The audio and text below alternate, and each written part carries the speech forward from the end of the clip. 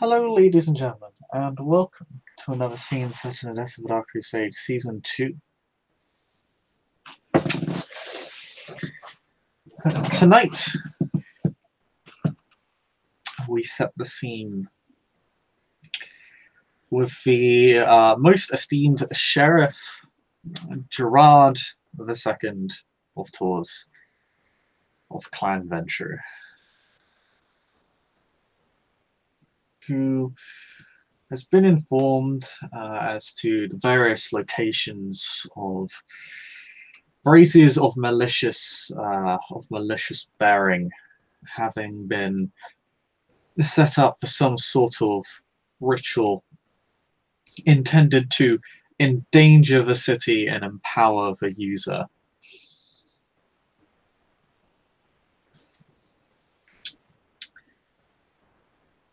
And so the sheriff has concocted a plan to deal with one of these, to overwhelm at least one with overwhelming force, and deal a setback to whoever is conducting the ritual.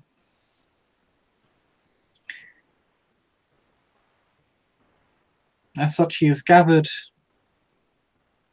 several Canaanites around the city, two of which are Madeleine and Aldrich, both Ancilla, both quite well aged and capable.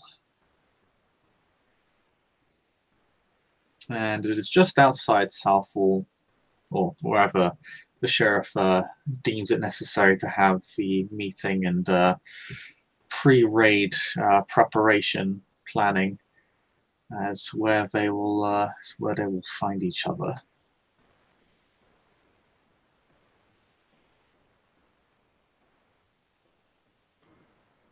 So, yes, we are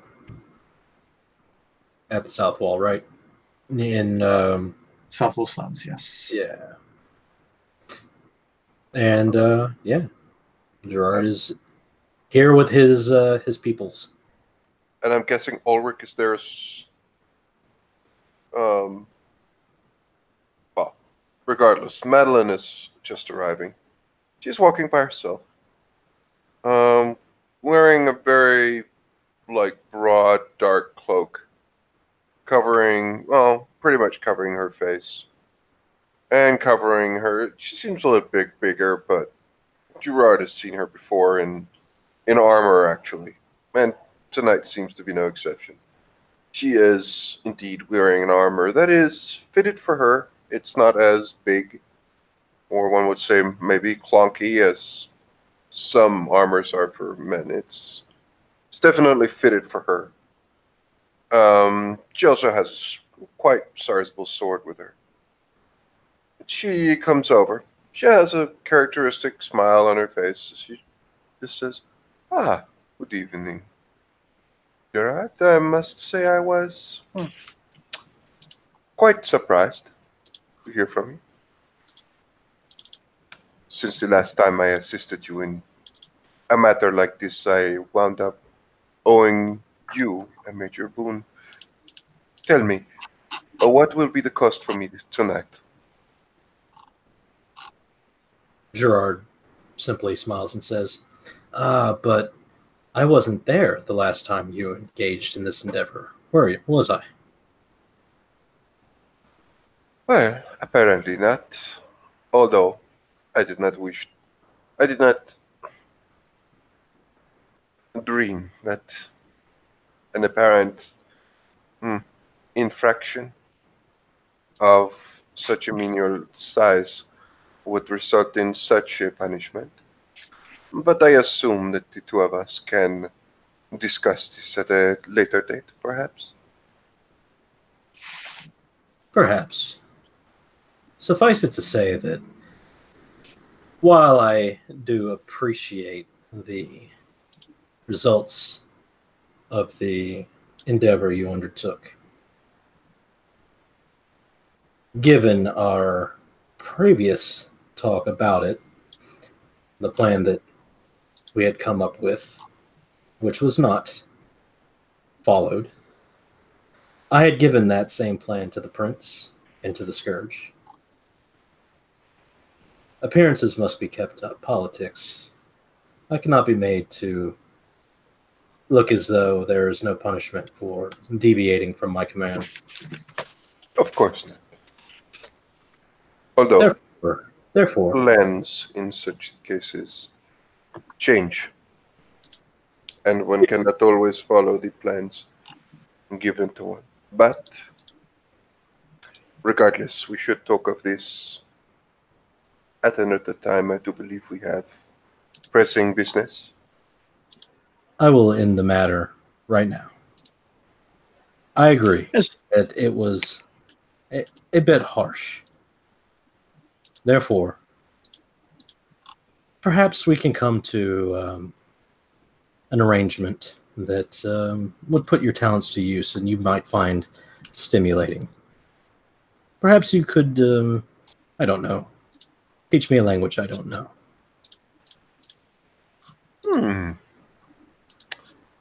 You flatter me.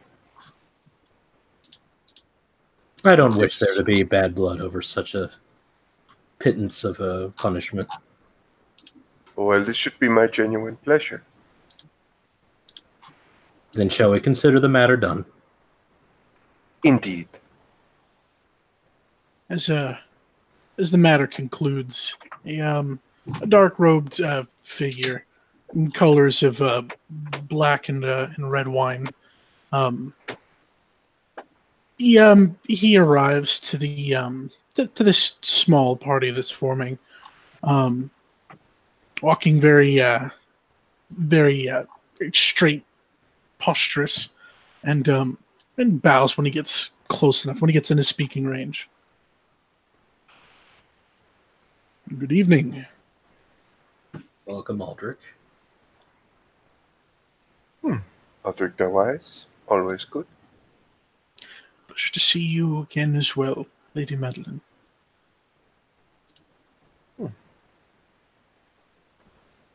I was told that last time you ran into some unforeseen trouble with unknown individuals. Well, some aberrations and something that looked similar to what destroyed poor Omar's shop some time ago. That we still have no means of defeating as of yet. Well, it is not that long ago, and it seemed to, well,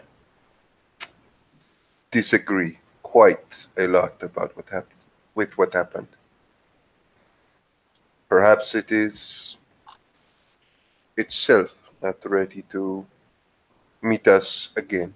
It will be back in time, but perhaps we can hope that it itself will not show its face.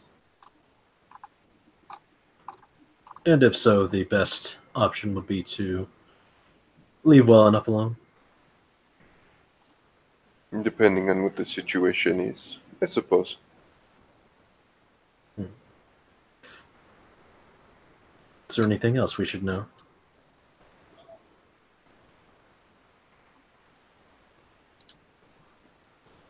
Were there Nothing. traps or anything of that sort?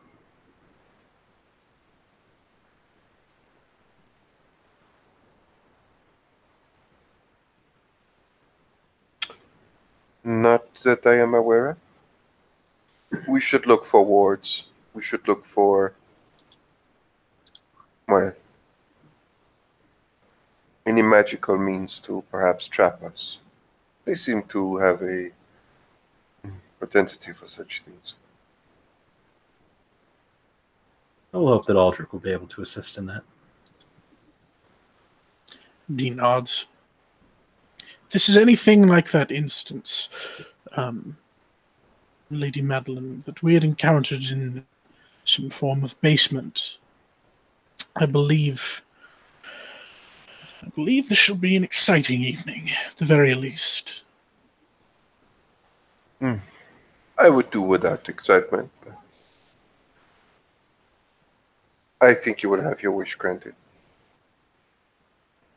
He smiles a little bit. It's my understanding that the previous brazier was absconded with by the Setites. Is that right? The one we found was secured by Soladrin. Yes. Well, then I should like to keep this one. At least secure it in its place and allow Aldrich to look it over. And you. I would like to know what we're dealing with, and the Setites have been marvelously unhelpful. What a surprise. Madeline says, to completely deadpanned. Gerard looks completely nonplussed as well. So if we cannot take it, then we shall do what we can there, assuming that it's not too hostile. If we are so lucky. Indeed. If not, we'll destroy it and move on.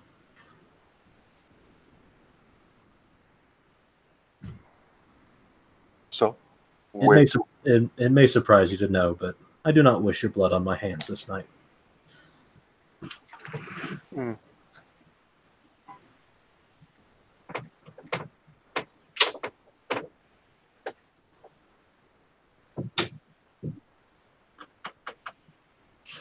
Anyway, I do believe that the braziers are, or the brazier is in this direction, Chris?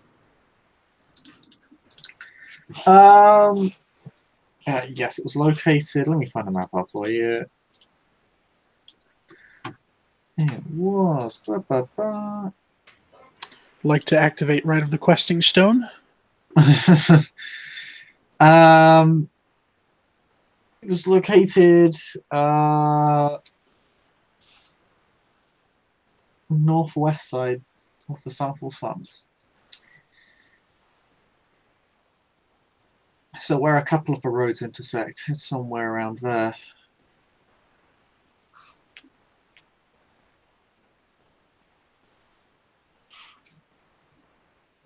You aren't really given an address or road name because such things aren't really particularly existent in this time period. So you're given landmarks to work off of within the district. It's not too hard to find your way. Then that's the way that we shall go. That is the way you shall go. As you travel deeper into Southall, you see that the reconstruction of this particular part of the district is ongoing and actually going quite well. Madeleine is someone who's been in Riverside in the past. It appears from your perspective that this appears to have been a smoother process than in Riverside. Or at least the construction process is further along, which would indicate that. Either it was started sooner or it's been a smoother process, but either way, things are coming along more nicely. By the way, Chris, what was the name of the lady I visited, or that was the seneschal in that small city when I was out traveling? Oh. What's the new You name? old so-and-so. I know who you're talking about. There you go.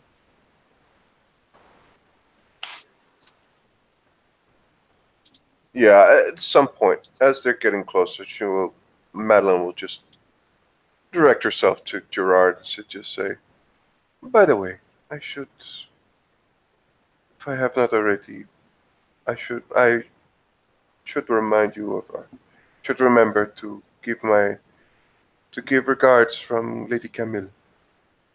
I met her not too long ago.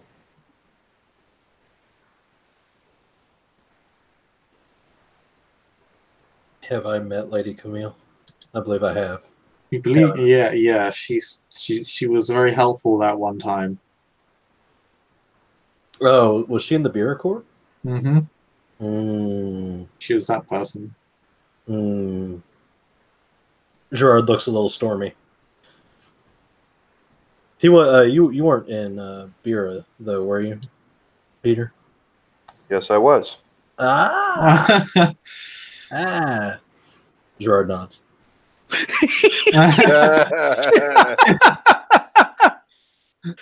That's How high did praise. you? Oh. Like, you have been noted.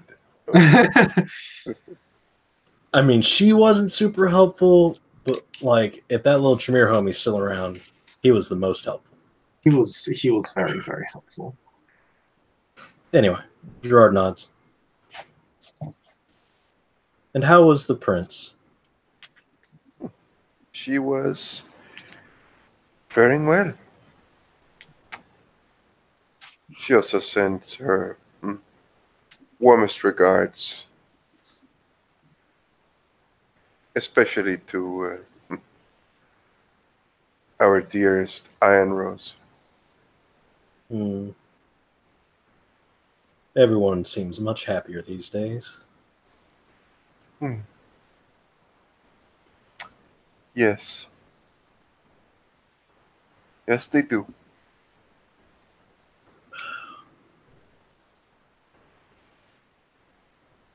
And then they continued. And then they ventured forth. Ventured forth. At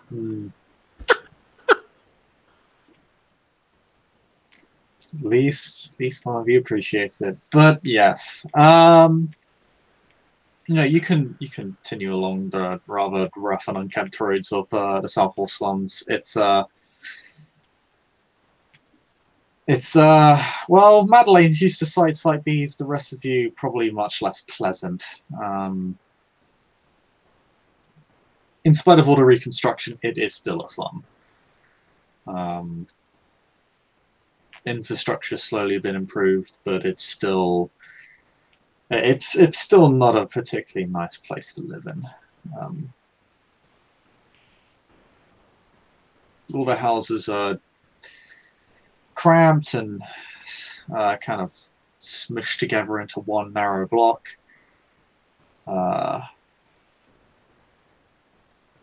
They look like they're built to last, but they're fairly ugly to look at.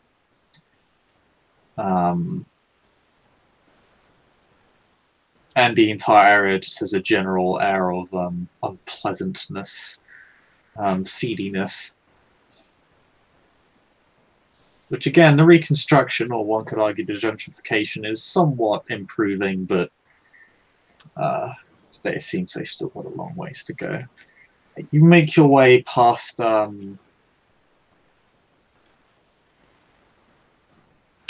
past the northwest side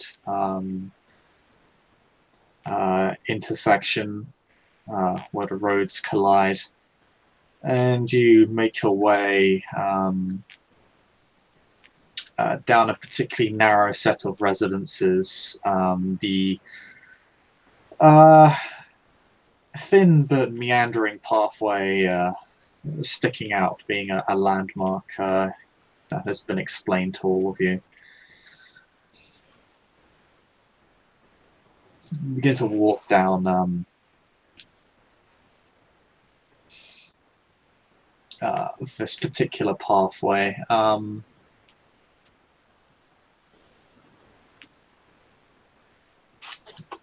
am going to make some rolls for people. Does everybody here actually have Auspex? Because I know at least 2 of you do. I do. I do. I do. Congratulations. Okay. We are all alpha gamers. Getting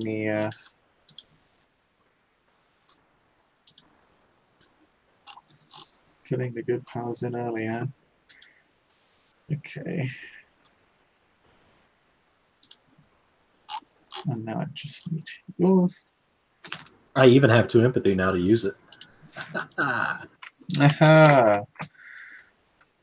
Joke's on you. I don't allow all specs on empathy checks.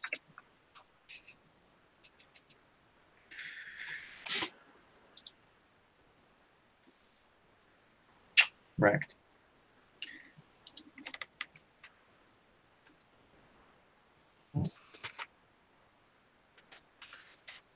Where are you rolling?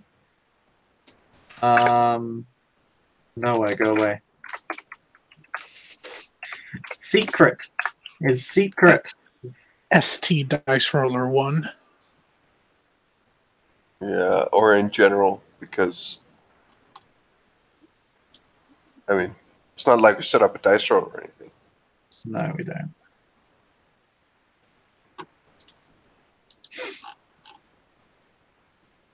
But yes, Gerard, you just continue venturing onwards down this rather meandering path.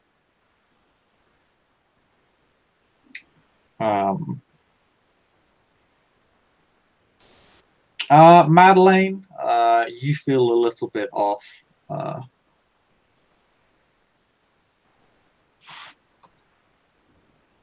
You kind of you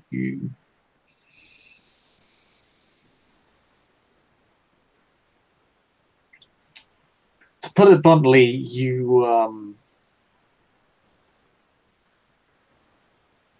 you see your shadow acting at an odd angle. It's clinging to one of the walls as you walk down the path. It doesn't stick to the wall, it still walks with you, but it clings to it unnaturally, as if it's pinned. And Does this remind me of before or something else? no, but you do feel a sense of danger. Madeline will just put a hand up and just I'm not finished. signal. Okay. Aldrich, you feel a more significant sense of danger. You feel that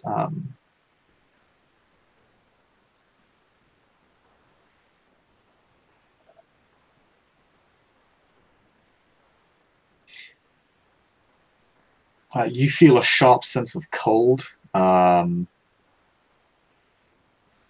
very piercing sense of cold heading in your general direction, but you're not entirely sure where from.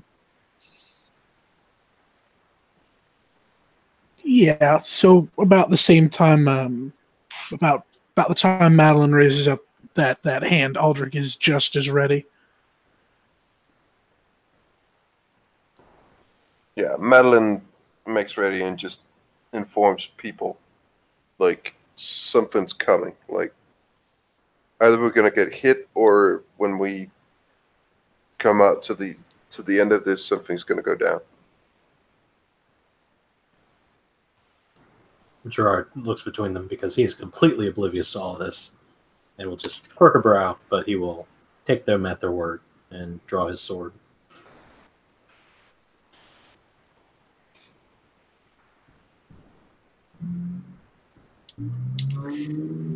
As you continue,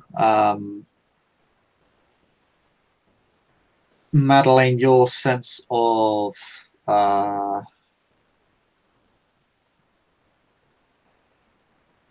your sense of threat doesn't really seem to change all that much. You just have a constant sense of something wrong, something off. Maybe you're being watched. Maybe there's some sort of strange effect or ritual upon this place or nearby. Or maybe it is something else entirely. But you definitely continue to feel the sense of strangeness as you continue down the pathway, which again meanders several times. Aldrich, yours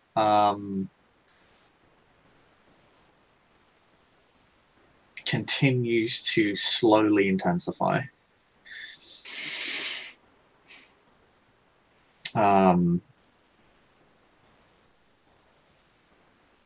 In your mind, you and this You and your sense of danger are growing closer to one another. Yeah, at this point,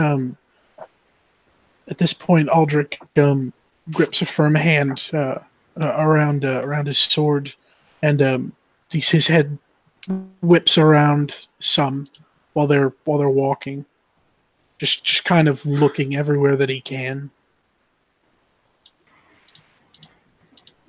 Madeline seems to be looking at not only her own, but other people's shadows. And she will just say, last time, something emerged out of the shadow of someone else. Not mine, but Saladrin. Bear this in mind.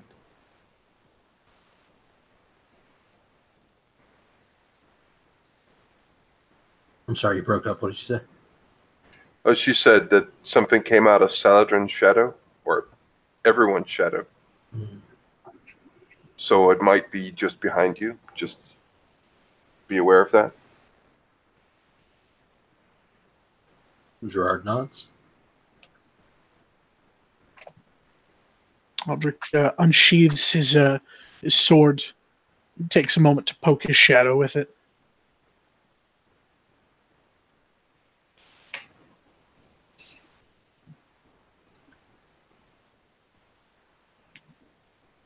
Dink. As you poke your shadow doesn't react. It remains to be your shadow. Your shadow doesn't change or it doesn't react in any way. If nothing else, your shadow does not appear to be acting against your interests. Good for you, Aldrich. Your shadow is nice. Or at least tolerable. But everybody sees Aldrich poke his shadow, and then everybody sees nothing happen. But yes, as you continue, you'll begin to see a soft glow, not too far from where you're at. And if anyone wants to roll me perception alertness, difficulty 8, we do so.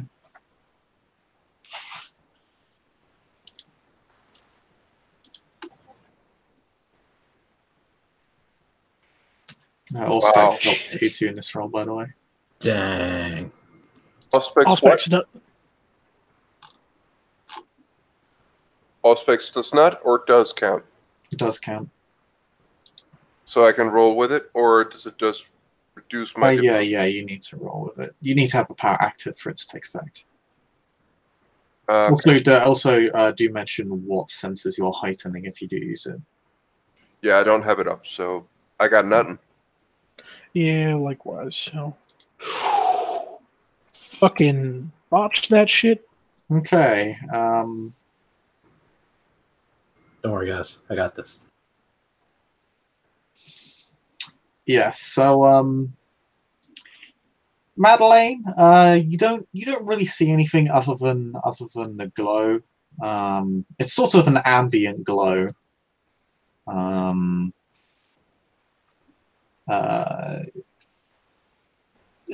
Like basically, it's the ambient glow of a well-lit area, to be honest. Not too far from where you are, but it's kind of somewhat mixed in with the rest of the ambient glow of this district, albeit it's a lot more sparse because it's a slum, so it's a bit more distinct. It's about a couple hundred meters from where you are, as the meandering path begins to branch out into more pathways. You've been walking down this pathway for a few minutes now.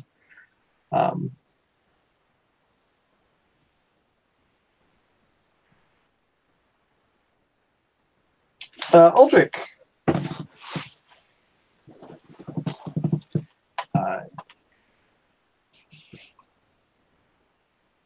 Sorry. You see this ambient glow quite distinctly. You have a fairly good grasp of where you think what direction you should be going in.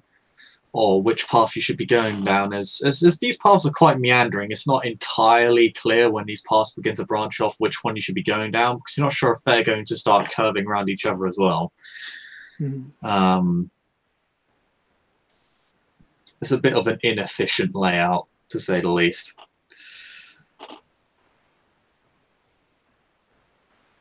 But you have a very strong grasp of what path you need to go down and how to reach it. You definitely know it's coming from further west of you are, so about in the general direction of where you were heading to begin with. And your sense of danger is reinforcing this particular view. As you continue to move forward, the sense of danger only begins to amplify into a bit of a soft headache, but nothing that would distract you. As for you, Gerard, you two have a very strong grasp of where this ambient glow is coming from. In fact, you can actually see light smoke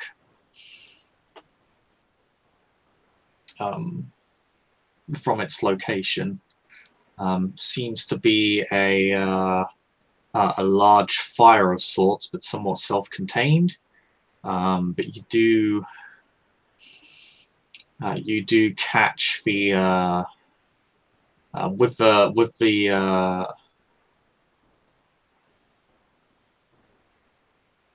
the view of smoke and the scent of it, or cinder in the air, you also catch the slight scent of blood as well.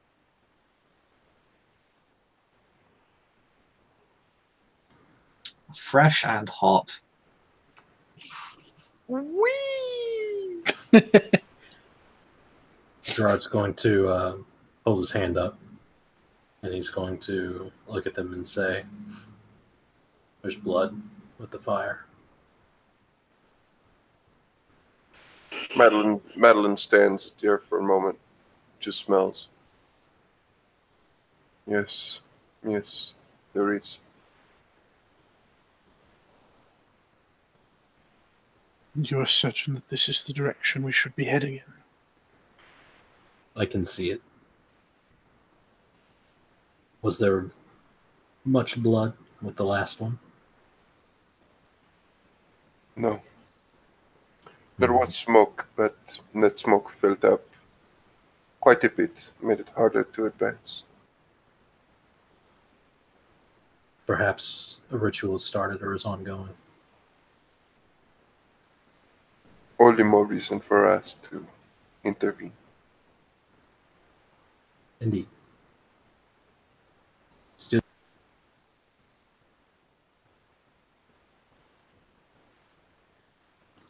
And they push forward. I will be right back. Of course. Onward!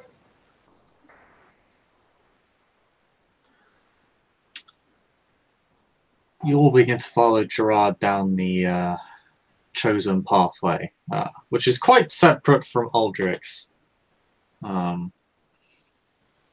you're not entirely sure you're heading in the right direction. In fact, you're pretty sure you're heading in the wrong direction, but I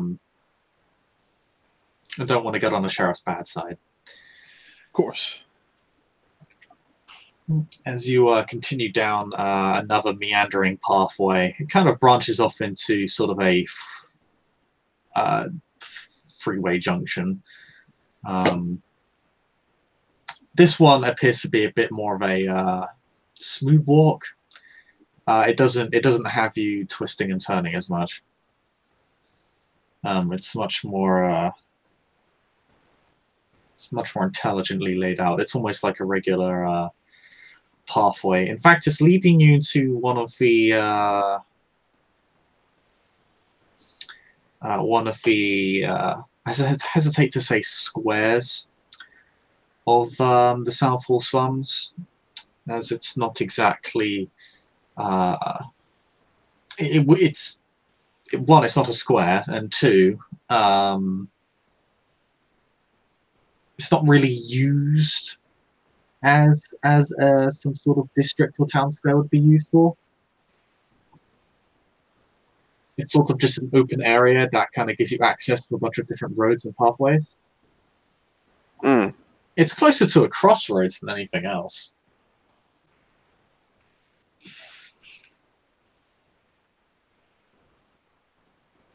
Well, you know where to find the devil. Hmm.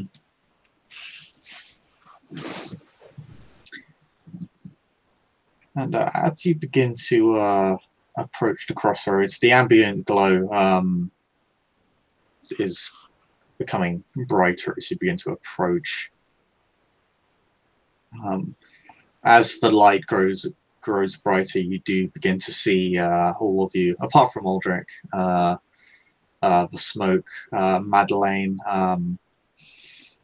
You also begin to catch the scent of blood that Gerard mentioned.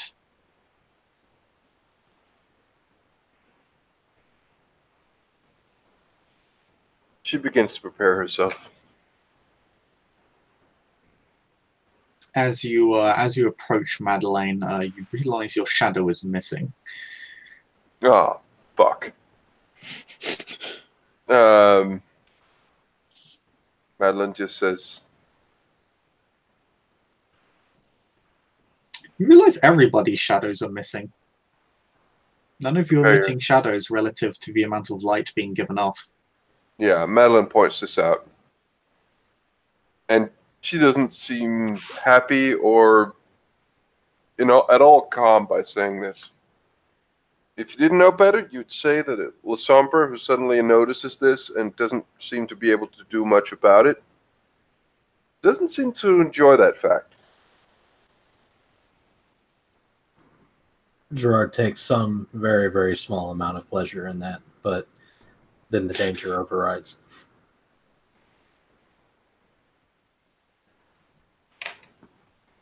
As you begin to approach the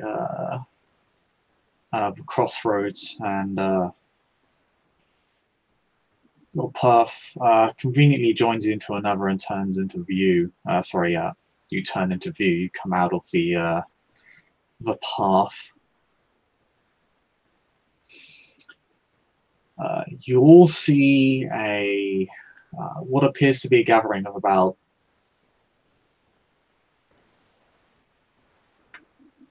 around 2.5 people.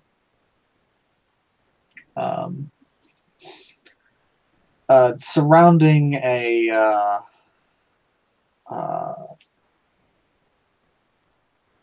large silver brazier, giving off an enormous amount of flame. Consider it as if it was a large cauldron on fire.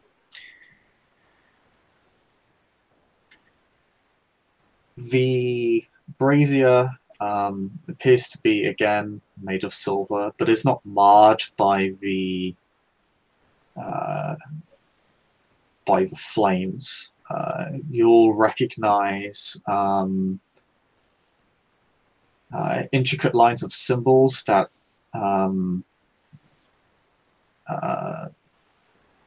surround or that are on the brazier. They largely surround its rims, and they kind of go around the brazier in strips. So it's basically embezzled onto the brazier in a line that encircles the entire brazier on it. At the head of this gathering are what appear to be 3 priestly figures.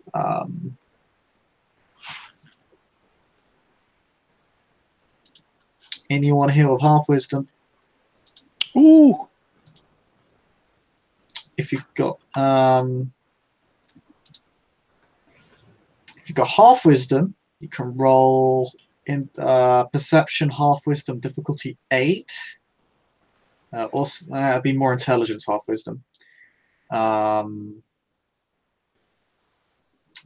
if you've got theology, Zoroastrianism, you can roll difficulty 6. I got 1 success. Okay, I assume this is half wisdom. She Yes. said, "What diff is for Hearth Wisdom?" Stiff 8 for half wisdom, as the knowledge is more generalized and vague. Ooh, come on, you fuck. Ooh. Sordric,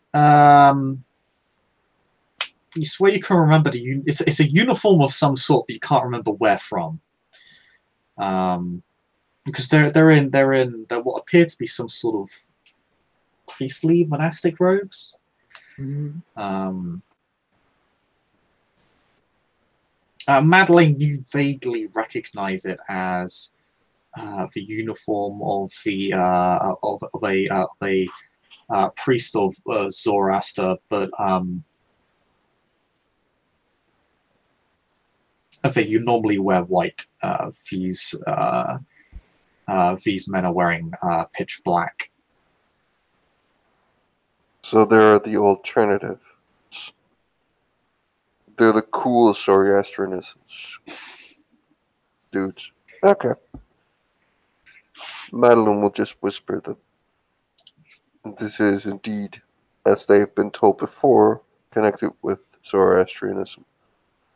And they are priests just old and all black. So what are we going to do about these? What was it? 2 dozen? About 2 dozen, two to 2.5 dozen. You can take the time to get a proper head count if you want. Well, no. Madeline is just going to say that there is about this many people. And she's going to ask, what are we planning? How are we planning to stop this?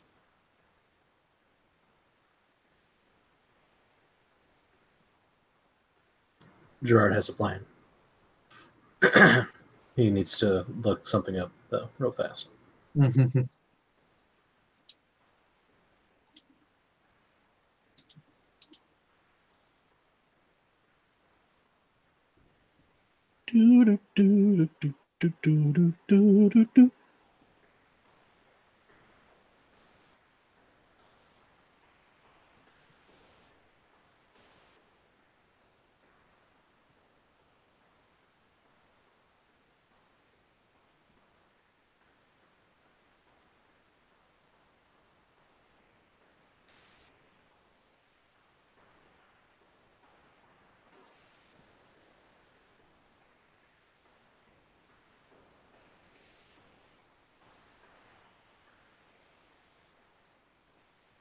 How far is it from where we are to them?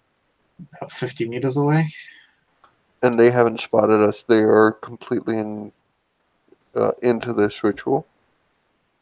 Yeah, some of them kind of are, because they're surrounding the brazier. There aren't any that are looking directly in front of themselves. There are some that would be able to spot you if they looked off to their side, but you're behind most of them. They seem to be chanting.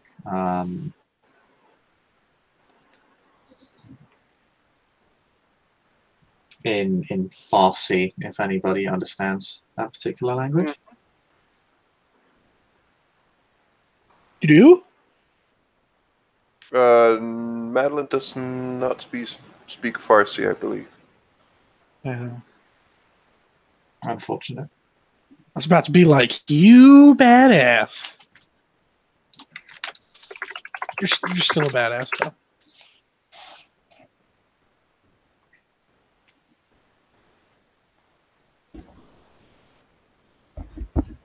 As the chants begin to, well, as they continue,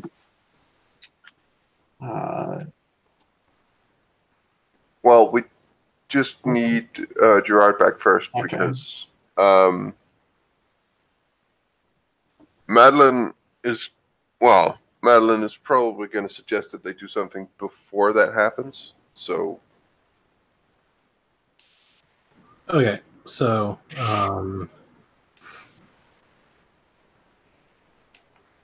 Gerard is going to spend a point of willpower to activate Majesty. Oh, damn, okay. All right. Alright, the chanting stops. Everybody looks straight at you. And Gerard's going to take a few steps forward, and he's going to say, disperse, with his most intimidation.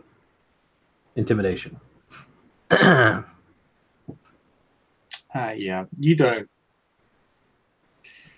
You barely need to even issue the order. You just need to make the gesture. Snap your fingers, and instead of bowing towards the, instead of like they're sort of in this, instead of prostrating before the brazier, they instead they stand up. They kind of bow in a sort of trembling, uncertain fashion. When you tell them to disperse, they almost immediately begin to disperse in various directions, wherever the closest pathway takes them.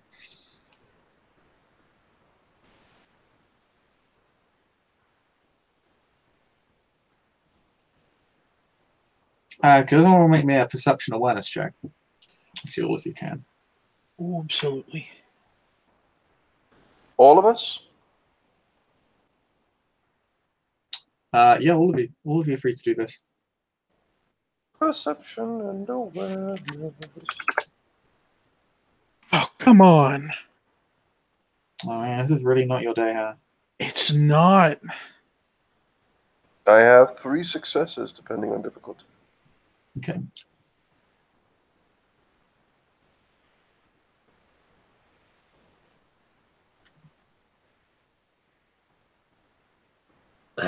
Depending on difficulty.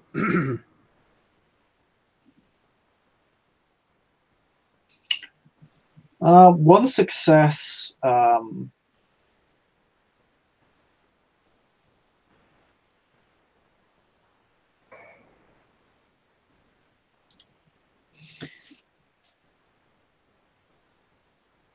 Gerard, everyone sees this to some extent, but Gerard, you catch the secondary detail.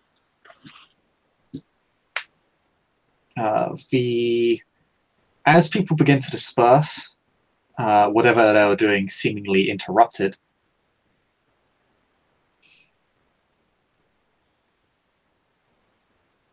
The great flame of the brazier begins to dim, putting your beasts at some degree of ease, but lets out one single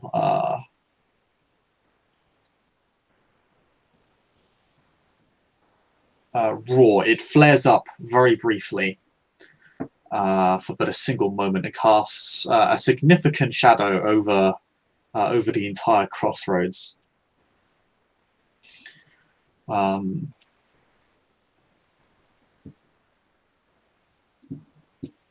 Gerard, you see part of it breaking off and being siphoned up up one of the buildings directly in front of you. It's 2 stories. Madeleine, you not only see this, but you sense a significant presence not only within the Great Shadow that's extremely obviously unnatural, in the sense that obviously this fire should not be casting a significant degree of shadow. But also the part of it that's being siphoned off appears to be a growing presence in its own right. You can already feel the vague eeriness coming from the top of that particular building. It feels familiar. Ah, fuck. Well, And it seems to be growing in potency. oh shit. You can also notice that the shadow, while large, it does shrink somewhat as it's being siphoned, but the siphoning stops. So it's somewhere in a 2-story building to the side, or where is it compared to us, or in relation to us? It's just a 2-story building. It's like Part of a on one of the series of corners. connected. Pardon? It's like on one of the corners of the crossroads. Yeah. It's just part of a series of connected slum houses. Madeline will point up and she will say, something went up there. We need to get it. It's powerful. And it needs to be stopped, and I'm afraid it is something I have seen or felt before. What is it? I think it is what we thought not too long ago. And to be clear, like even the priests dispersed down here? Oh, yeah, everybody disperses. Okay. Gerard glances at the brazier and says, well, let's make ourselves known and destroy this thing.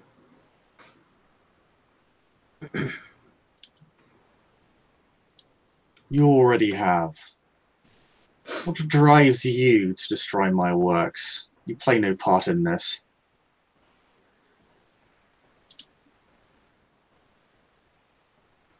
Where is this voice coming from? Just disembodied? Out and about? In the air? Oh no, I think it just emerges from the rooftop. It just kind of looks down on you. It looks horrendously deformed. Madeline, you recognize this figure. They look even more deformed than the last time. You're not... They look closer to a Nosferatu than a person at this point. You're not sure they could pass for human. Do you remember exactly when Chris Aldrich used some sort of power and saw this dude in a vision?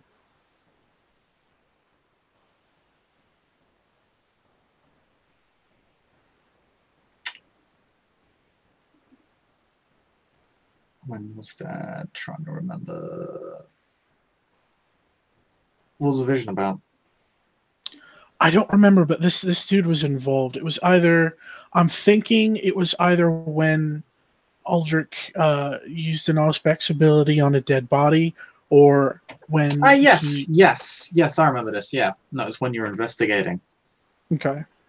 With Giles.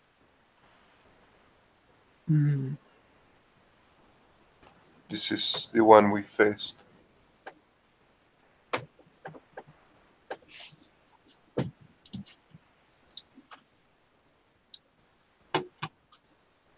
Your works are in direct conflict with us. Madeline looks up at it. Has it? You have followed me, not the other way around.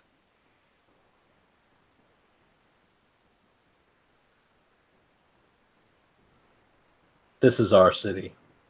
You reside within it. You should expect this. And what you plan to do will have a very negative effect on us and the city. Did the hunters not teach you your lesson the first time?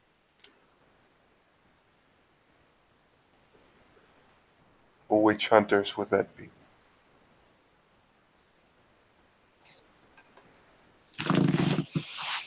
Many hunters. And there will be many more.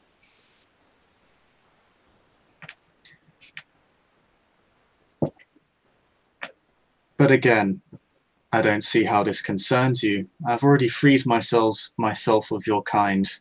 Or is it that you simply seek to reclaim what has broken its chains?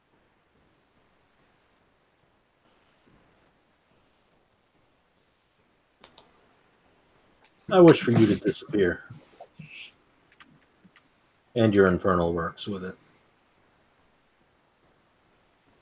All you needed to do was not come looking, and you would need nothing to disappear to begin with. Well, it's unfortunate that you weren't so forthcoming with this information. But now we're here. Diametrically opposed, it would seem. So what's your move, then?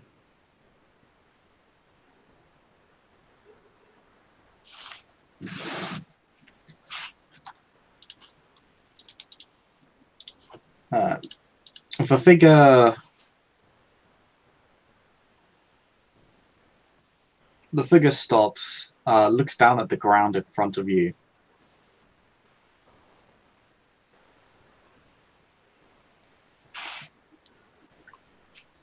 Looks back up to you. Touches the corner of the roof. And what would be a natural shadow,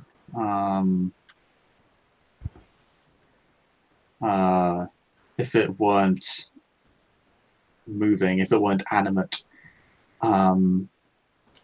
like a string, just slithers down the roof, down the walls, onto the ground, connects itself to this shadowy circle, or the shadowy area that you're on, and things begin to emerge from it.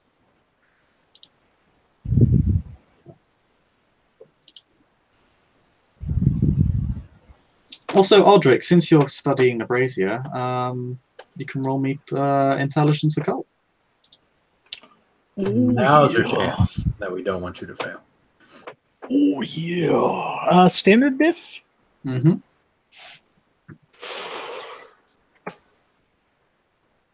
That's a lot. That's what I'm talking about.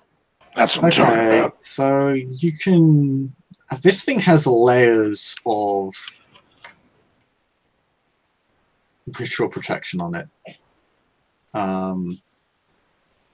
In addition to other pieces of information, you can determine while Gerard and Madeleine are distracting the creature, you're studying the brazier. You can determine a multitude of things.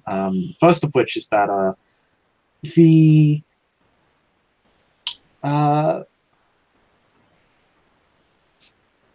wording on the brazier itself, the symbols that line it. These are not only wards, but it also seems to be part of a more significant ritual that the brazier acts as a part of. You can tell that it's not just warded with the standard protections that you're familiar with, but with darker magics that you are not.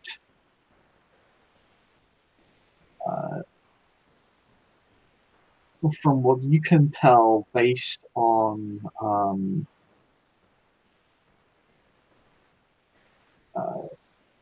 what you can not necessarily read, what you can tell from the structure of the wording and your own hermetic theories and studies.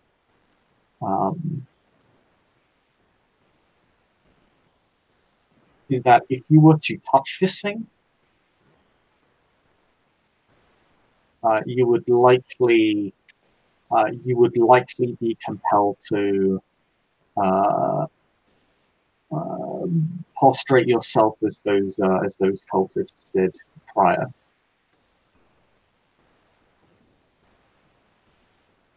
Okay. And with so many successes, you understand that this thing has been warded not only with the means to damage another or cause another to simply bend,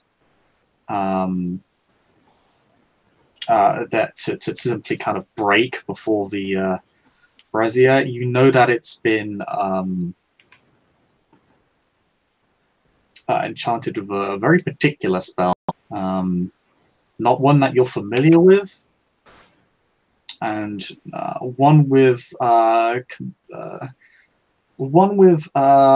to say a component cost which you're not sure how severe it would be.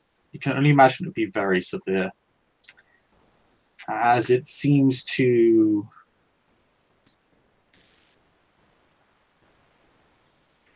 render the brazier almost immune to conventional destruction.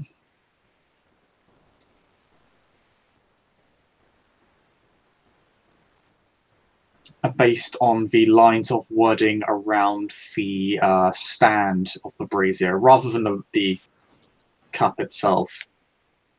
At the base, again, you see more incantations that seem to give it a manner of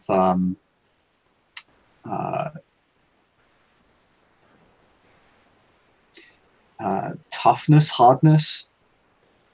It's the way you equivocate it in a vampiric sense is almost like giving an object fortitude. It's like imbuing it with supernatural hardness, basically. It's clearly blasphemous in its construction, though. It doesn't follow typical Zoroastrian faith at all. In fact, it seems to follow a perversion of it. And this sentiment surrounds every ritual you can read from it, apart from the conventional warding that you, as Clan Tremere, or as an ancestor of Clan Tremere, are familiar with. Is the sort of wards that you can use. You can also tell that the smoke in the sky is coalescing, and that the darkness that surrounds you is this shadow from this brazier and this flame is not actually part of a ritual at all. This appears to be an improvisation. This is most likely coming from the figure. In fact, it's likely they're trying to make it look as if it's originating from the brazier when it's from the person themselves. Okay, you said this of the smoke or the flame? Yeah, rituals can't be changed in such a way. Rituals take time, they're fairly rigid. The smoke itself is coalescing and forming into a rather large cloud. Mm-hmm. You said it's a smoke and not the flame, right? Yeah, the flame is ongoing, but it's slowly dimming. The cloud itself looks incomplete. Okay. You clearly interrupted the ritual before it completed. Question. With the successes that I have, would I be able to determine the correlation between the flame and the smoke? Like, if one were to say put it out, would it like halt the formation of the smoke and its expansion? Does that seem possible given the wards? Do you think?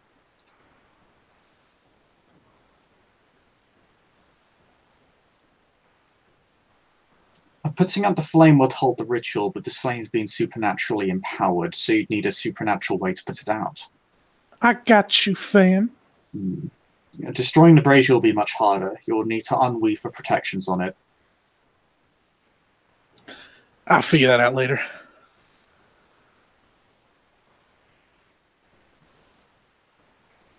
And as an important TLDR for everybody involved, because I see Maldrick could tell everybody in some fashion, touching brazier equal bad things. Pretty much that. Like two or three different separate bad things. In fear of your life, do not touch the brazier. Gerard looks to Madeline and says, is this your power? He says about the shadow. No. I cannot control them. Madeline readies her sword. But Madeline, you can roll Wits Occult on these creatures before we roll initiative. Wits on the call. Your specialty applies here. Ooh. But I'm guessing it. Well, we'll just wait and see. But guessing it's a perversion, just as the thaumaturgy on the brazier. 2 successes. So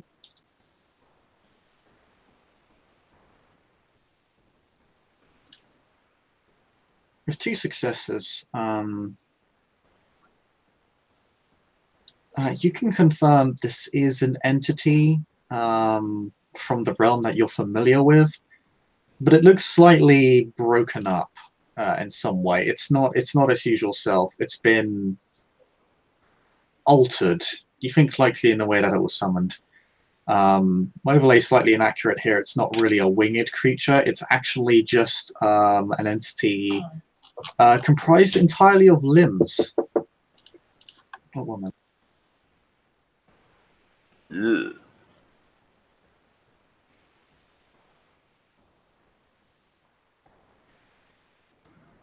Well then, can we hit them? Are they material? So sorry, an entity comprised entirely of limbs, dragging lengthy fingers and toes along the ground in their wake. It is whip thin and has no torso or head. Are they corporeal?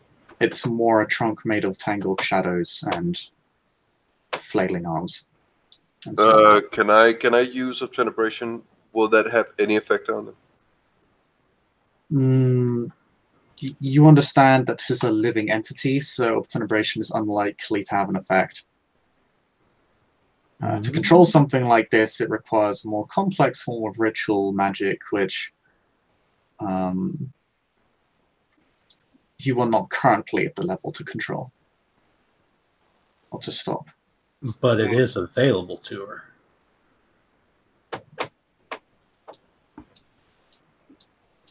Potentially at some point, but certainly not tonight. Got to practice for the exams. But yes. It's one of your people. Somehow I doubt that. You do know also that they're highly dangerous.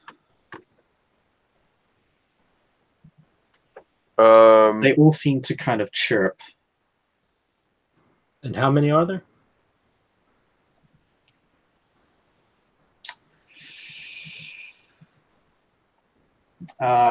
About 4 or 5 seem to emerge upon immediacy, but you can see more are slowly crawling out from the Great Shadow. About another 4 or 5. Menmon, you are witness to this. As you have sort of followed the group acting as a rear guard. You have not found anything on your way here. There has been nothing that followed you. You do realize at some point that your shadow has vanished. That is very interesting. It is very interesting.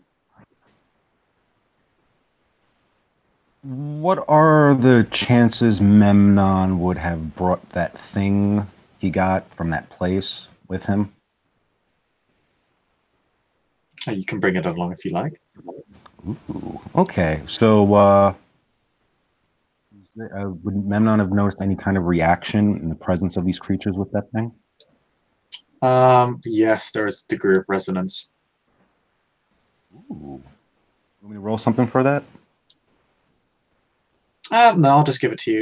There's a degree of resonance, but it's somewhat disturbed. It's erratic. It's not... How? I'm sorry, go on. It's not... there's an intermittence. Something's not quite right, you can tell that much. Is this resonance like physical, or is it more like a psychic kind of? Is it a physical sensation? Oh,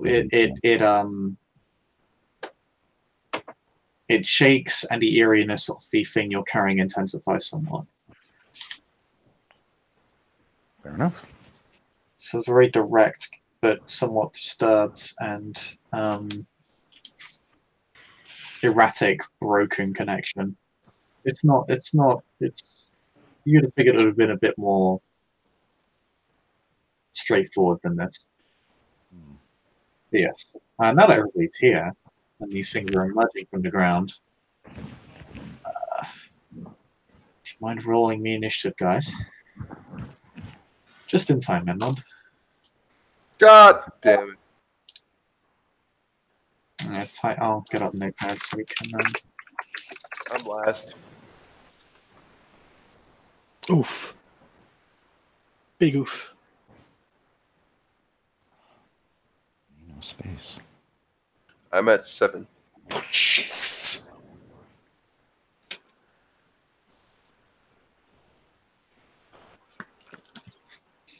I'm at 10. I don't know why, but with Madeline, I'm always like, I have to roll a 1 or 2 in the initiative. Ugh. Says. No, not 17. That's.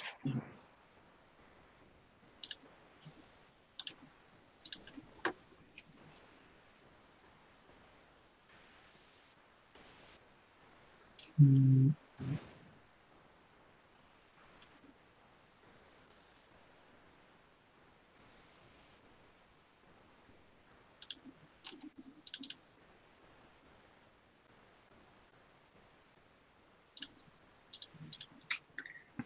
All right. Oh, by the way, Chris, was Memnon told ahead of time that we were all like saddling up? Can I justify bringing my gear with me? Yes. Yes. Yes. Awesome. Absolutely. Awesome. You're gonna need it, champ. Hey, wow. Okay, that's an incredible roll.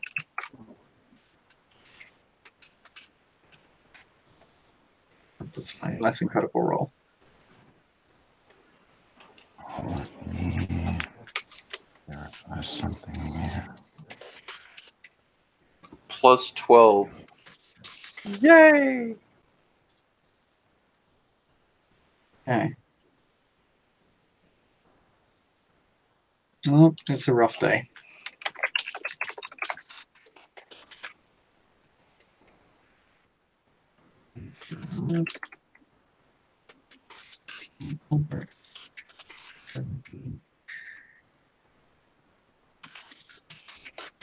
What is this Witcher-sounding motherfucking monster? Blather Skies. That's legit, by the way. I have you know.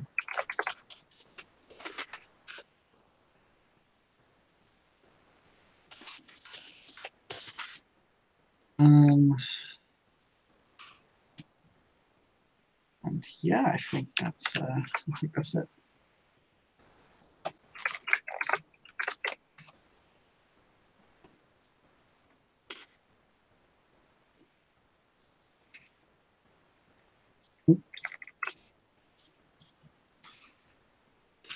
Okay.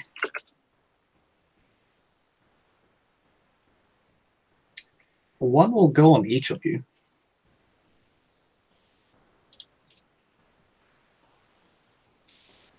So the first one is going to attack Gerard.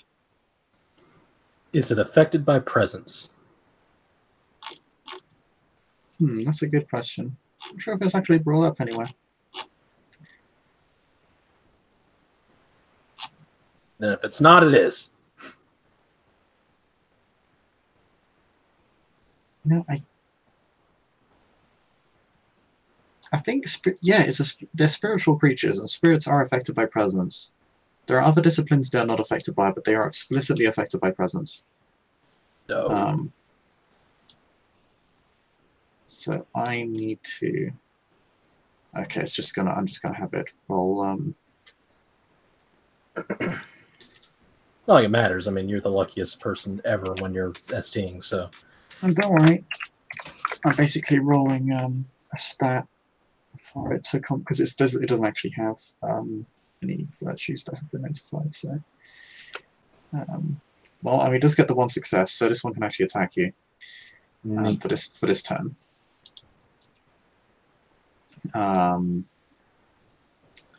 Yeah, it will take its just flailing morass of limbs and strike you with as many as it can possibly strike you with.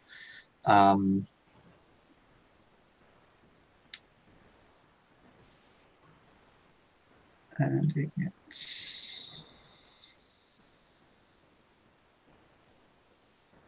Oof.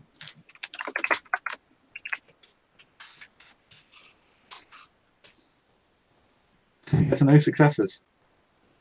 It misses entirely. No. There's so many dice. It does. That's fucking horrifying. This one goes after Madeline. Hey, saving up.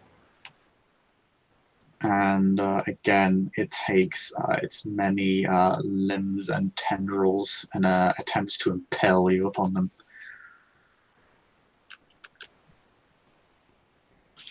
This one actually succeeds. Has no specialty. Only has 3. Well, that's good. I'll roll 3 once, so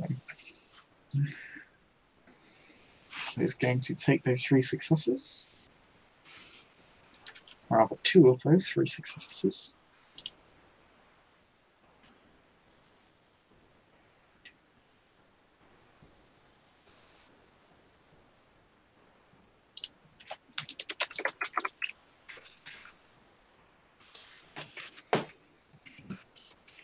And it will roll that. 3 lethal to you. And I will roll my stamina and my fortitude and my armor. Yeah, you got this. I believe I do. Oh yeah, you definitely got this. Yeah. Yeah, it doesn't manage to pierce your skin, but it is very cold to the touch. Oh, that's fine.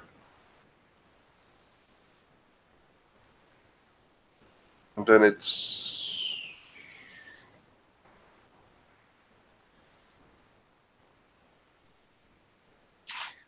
And then it's trying to have the last one to fix it all, correct? I'll get 6 successes. Wait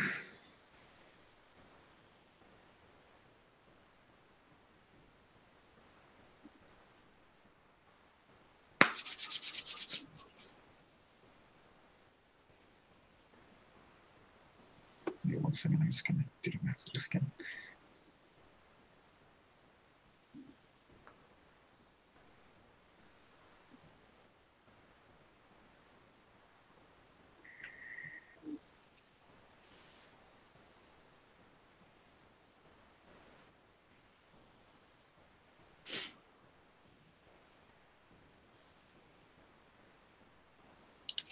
Yeah.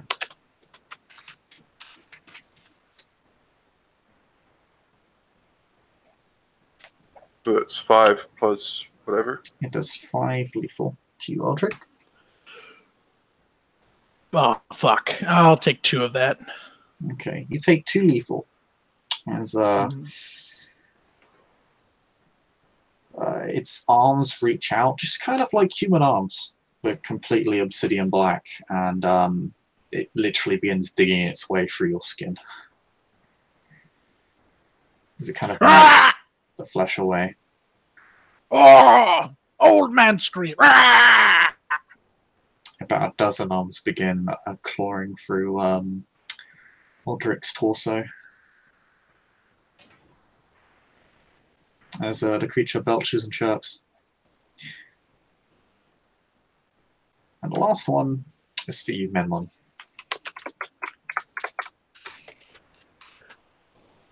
Oh god. Oh, that's not accurate. That's not accurate. It only got 10 successes. It really makes all the difference. Okay. All right. Let's see. Let's so I can start typing. My God, that's.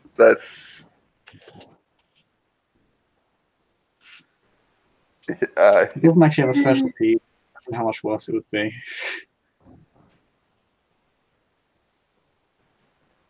So I take what, 3 lethal? 1, 2, 3. That's his attack roll, but that's your soak roll. That's one Oh. Okay. hell of a soak Keep roll. that. Yeah, that's 1, 2, 3. That's 7 and soak. That's probably going to be, yeah, that's most of it. Yeah, you take 2 lethal as the stumps impel themselves against your body. The creature doesn't really have a face; it's just limbs, and they just kind of all clatter together and chirp and belch like an incoherent mass of bodies. Welcome to the Take Two Club. And so it is the Gerard.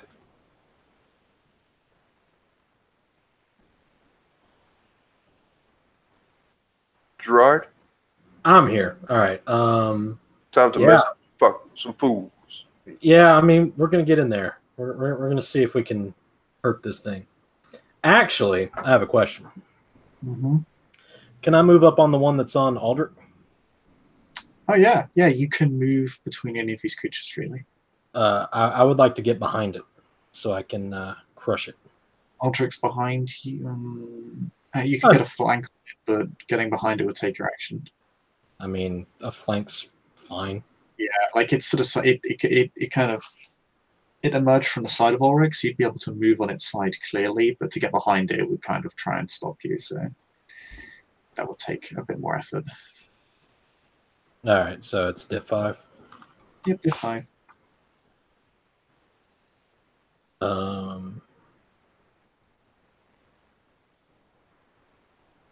First things first, we are going to reflexively blood buff strength. Actually, not strength, stamina.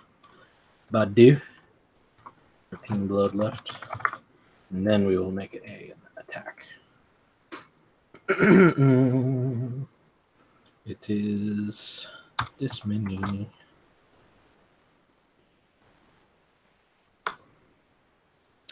One, 2, 3, 4, 5, 6, 7.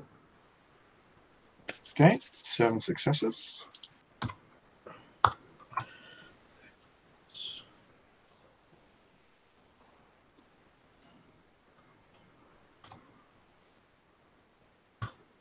This many damages. 1, 2, 3, 4, 5, 6.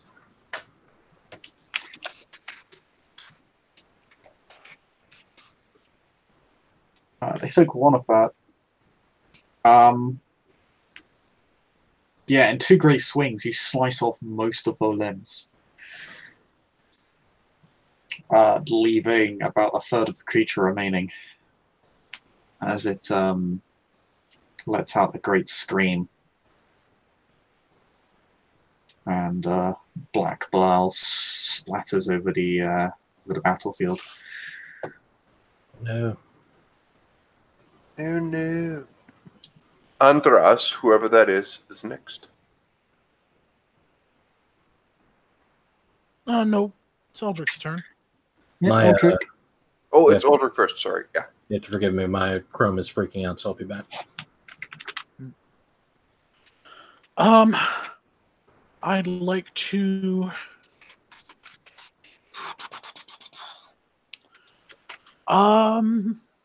Healing is a reflexive action, right? Yep, but you do need to roll stamina survival to do it. Okay. So that's not going to take up my main action? No. You just roll stamina survival, diff 6. If you don't have survival, it's diff 7, and you just roll your stamina. You can't really afford to take long with this. Yeah. What's the conversion rate to lethal? Is it 1-for-1 still? It's just 1 for 1. All wounds are 1 for 1, apart from ag wounds, which are 1 for 5. Okay. Or 5 for 1, sorry. Survival. So you said stamina survival diff 6? Mm-hmm. As long as you have survival. Well, I got it. Okay, very good. Okay, There's one success. All right, yeah, you can heal as much as you like. Alrighty. I'm just gonna spend the 1 blood to bring me back up to just the 1 wound. With the remainder of my turn, can I, given the layout of the battlefield, if I start lobbing fire, will it hit any of my comrades? Depends on what you're striking. It's fair. There is one behind me that is all alone now. You got one behind you which is all alone. You got the guy on the roof. Mm-hmm. Of course, that would probably set the block on fire, but you'd have a few minutes to deal with that before before it got really bad. It wouldn't just cause the entire neighborhood to burn down in 30 seconds. It would take at least 5-10 minutes to get around a couple houses. And that's targeting pretty quick. That's if I target Roofman, right? That's if you target Roofman. Okay. At the very least, you wouldn't be hitting any of your comrades. Okay, but this one in front of me, as well as the one behind Gerard, I'd be pretty consequence-free hitting those guys. The one behind Gerard, sure. That one is easy. Okay. Yeah, I will hit that guy with some pretty serious material. Let me look at the rate here real quick. I'm thinking maybe level 4 flames. Just pulling it up real quick. Sorry. Remember, Aldrich, no kill is an overkill. But I want to make sure it's successful. Because it is. I'm just saying, when it comes to besting the enemy, there is no such thing as overkill. The difference here is diff 7 or diff 8. Level 4 is diff 7. Mm-hmm.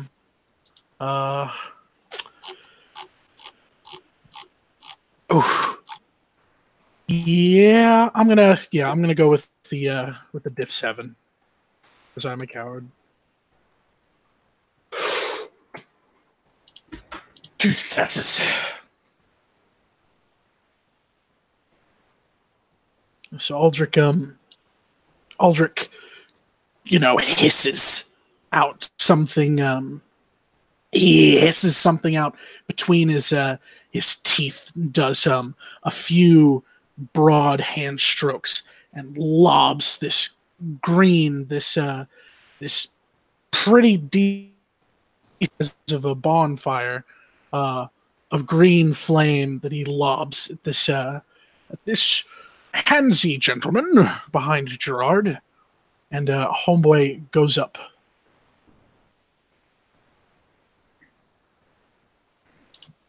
It takes you hurl fire at it. It takes 2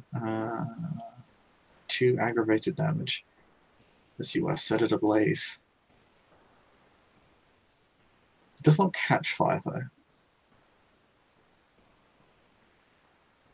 Oh.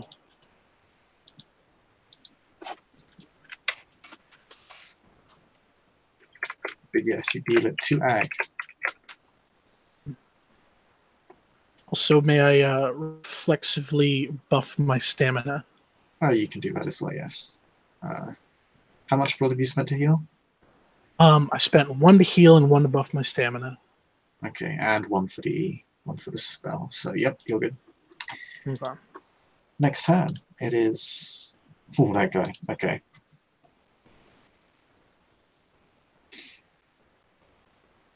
He stares down at you.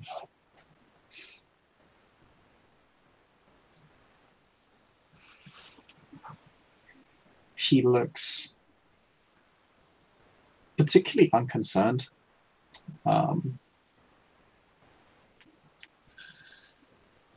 He opens up the palm of his hand, and from it, just like with Aldrich, an eerie green flame begins to appear. except that it continues to grow and grow and grow. And then he will hurl it at one of you. A large orb about the size of a man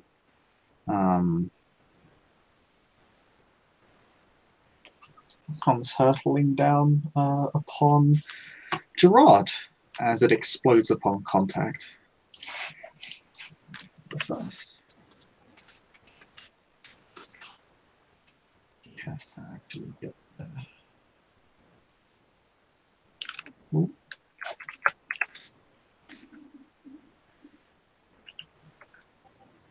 Oh yeah, he does. Gerard, this giant green flame is just hurled down from the top of the roof and collides with you. It makes a rather large exploding sound as it collides with you, Gerard, as it deals 5 aggravated damage at difficulty 9 to soak. Yikes. Jesus.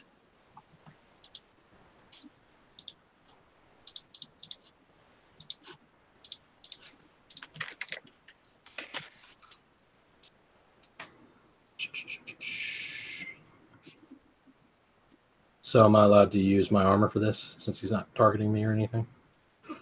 He's not targeting your head, so you're fine.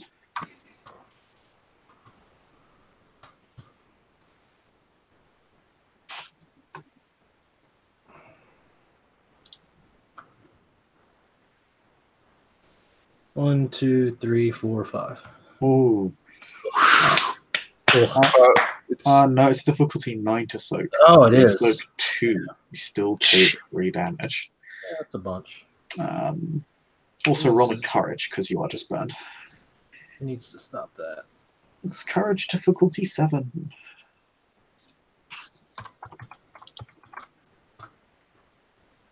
Oh, well, you aced that roll.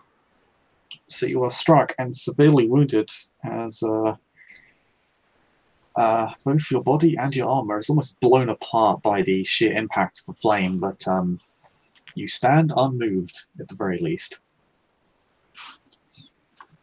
By the way, would he have to roll against my presence? He doesn't. Neat.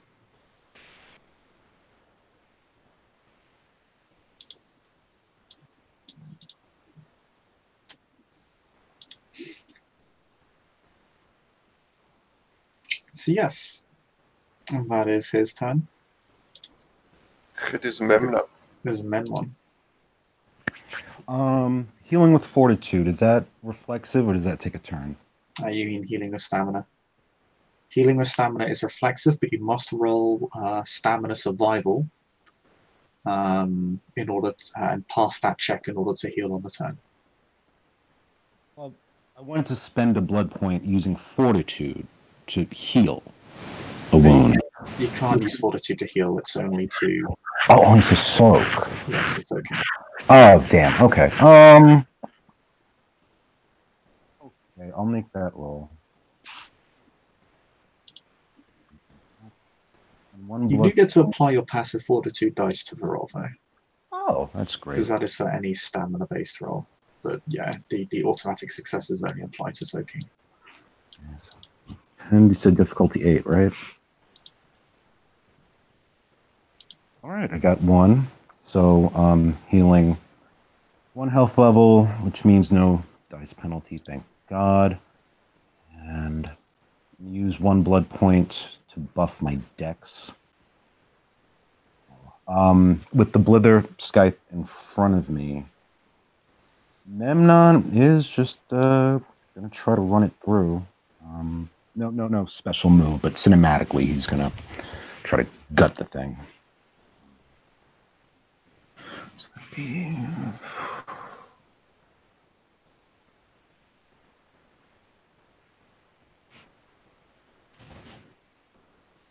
Oof, unlucky. Oh. Very unlucky.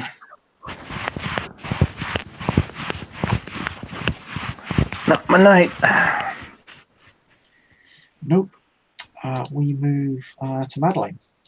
As Menmon, you attempt to hit it, but you unfortunately your sword gets tangled up in the massive limbs. I will spend a blood for potence, and I will strike the one that is attacking Memnon. I just need to see what. That is 3, that's 7. And that would be 3 successes. So we take our 2 plus her strength. At this point, 6. So that is 9. And how much for a normal long or brass batcher sword? Longsword? It's +3 if you're using 2 hands. I am. Are you using a bastard sword or a longsword? Longsword. Longsword is +3. Yeah. That is 12. Ouch. 1, 2, 3, 4, 5 plus 3. That's 8. Because I spent for potence. Okay. This is the one attacking the one. So, similar to Gerard, you hack it to pieces, and it's only a small mass of stumps and fingers remaining, less the strange abomination you saw before. Now it's more like a some sort of human spider, really. Hmm.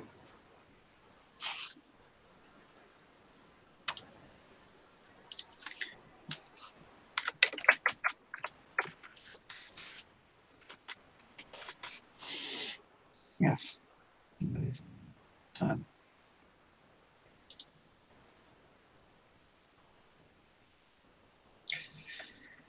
Move back to the blatherskates.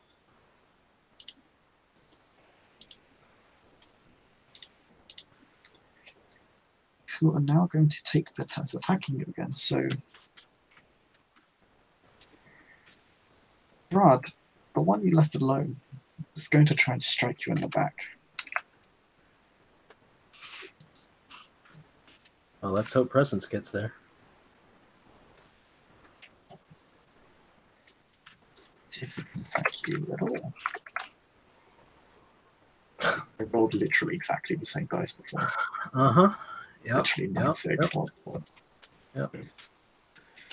Alright, it will hit you. 6 successes. Mm-hmm.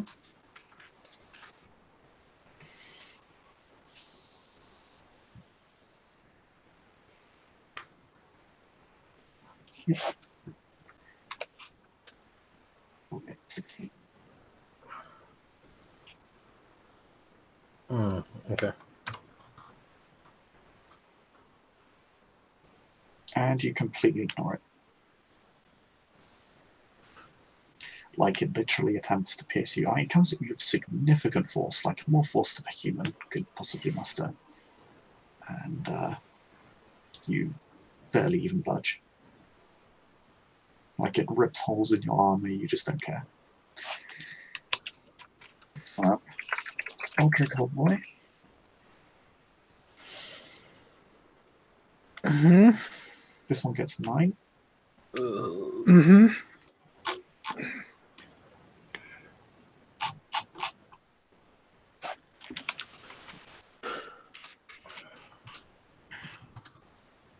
Ten for you.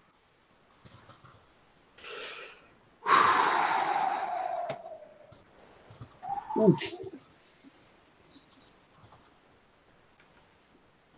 Oh, that's bad. Yeah. Oh, that's bad. Okay, yeah, everybody sees the one attacking, oh no, wait, why would it attack Aldrich? It's being hit at by Gerard. That's done. Anyway, we'll switch targets. Well, he's. Alright. Oh, to that. Okay. It should have been attacking because I completely forgot. Gerard just cut it to pieces, like almost cut it apart. It wouldn't attack you. Wouldn't make any sense. Why would it attack someone who hasn't even hit it? Is it taking wound penalties? I'm just going to roll courage, see if it can hit you. It doesn't take wound penalties now. Well, basically what I'm going to do, I'm going to use the dice, but I'm going to have it roll courage to see if it can break through Gerard's thing, because it shouldn't have attacked Aldrich, it should have attacked Gerard. Been good so far. Yeah. God damn you. Can you quit? Man. Can you fucking stop for like 1 second? Jesus, come on, man. For days. Oh. Alright, Gerard, take 10 lethal. Alright.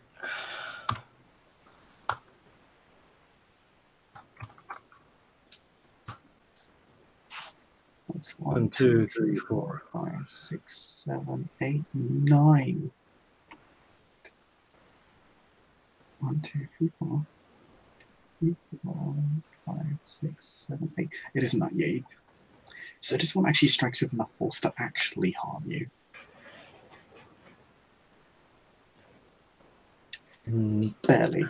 It nicks your shoulder and deals you a single lethal. Which again, healing is reflexive. You can do it at any time. Yep.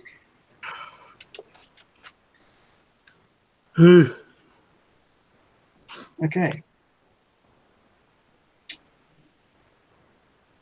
So, Aldrich, scared you there, buddy? Yeah. Well, a little bit.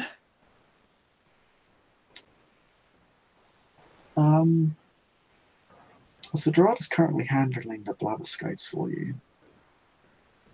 However, there is someone throwing massive amounts of fire at Aldrich in a surprisingly controlled way, powerful enough to actually harm him.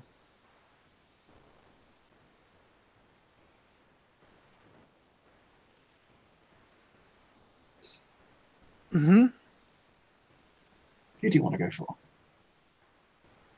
Oh, doesn't Gerard have a turn before I do? No, like, doesn't the whole order happen? Yeah. Oh, yeah. Sorry. No, yeah, I'm completely... What? I'm sorry, I'm fucking up like that. I'm tired. It's good. It's good. Yeah, I'm gonna hit this one that's on Aldrich. Max, I forgot to get the one that hit Madeline and then one first. Oh yeah, those two.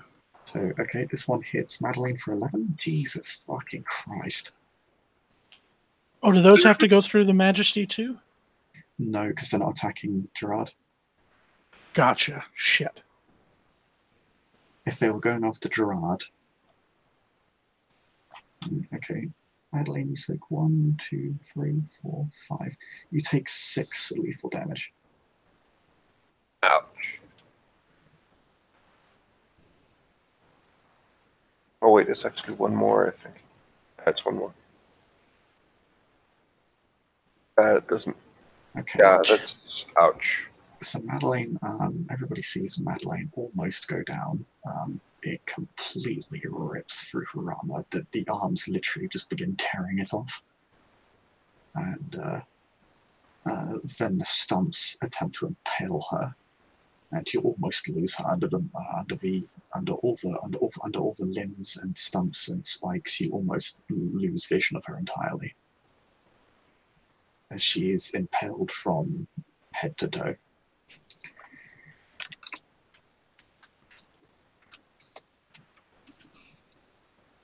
Fortunately, also struck another one. That one is also going to go after her.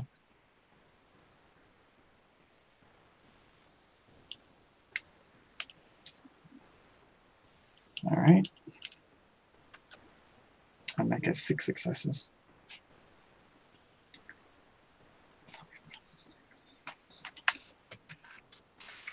I am going to spend a willpower to ignore wound penalties for this turn.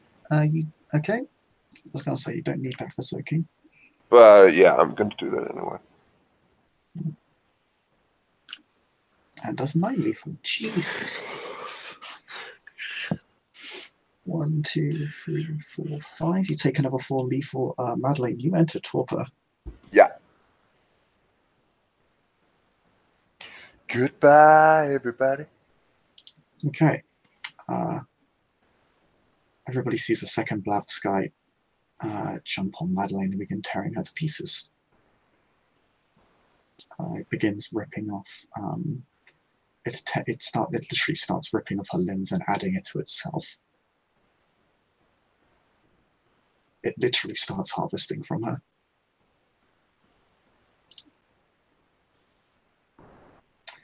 But those are all the Blavskytes. So one fucked off of Memnon then to maul Madeline? Yeah, because Madeline struck it. Alright. So, it is your turn, Gerard. Okay. Hmm.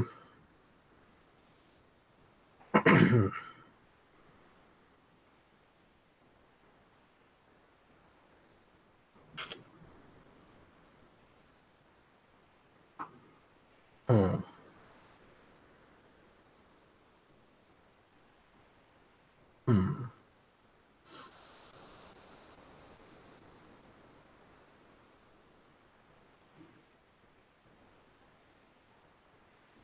Yeah. All right. Gerard's going to look at Aldrich, and he's going to give him that knowing nod, like we need to get. Mm-hmm. And he's going to try and clean up this one that's on Aldrich.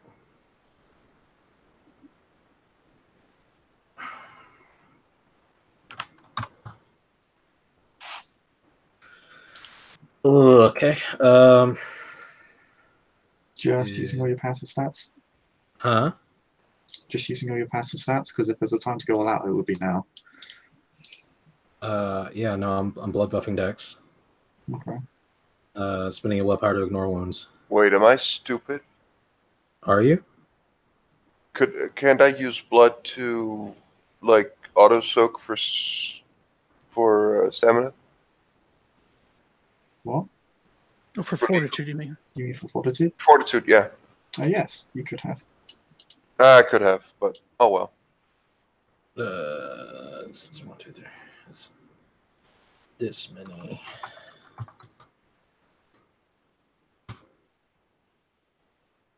Well then. 1, 2, 3, 4, 5, 6. 7, 8, minus 2. Yep, 6. Yeah. One on Aldrich has. 1, 2, 3, 4, sorry, the 5, one that was on 6. Aldrich that you took on has 5 damage, 5 lethal damage currently. It's 7 actually, because the I didn't count the 5 from the side attack. Okay. So it is 6, 7, 8, 9 plus. Well, it turned to face you now, so you wouldn't be getting a flanking bonus, but Aldrich could have a flanking bonus instead. Oh, okay. Well then 6, 5, 9, 10, 12, 13, 14. Still the same.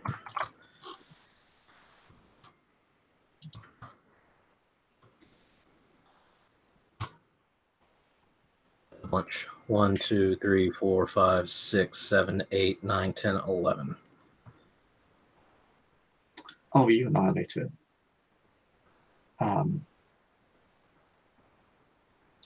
Yeah, you smash it. You literally hit it again with your sword, and it smashes apart like glass. And the bile and the limbs kind of evaporate into amorphous shadow and disappear. And then Gerard's gonna move as much as he can towards Madeline for whatever it is, like short of an action, just whatever he can shimmy in that direction. Okay, so there's that gone.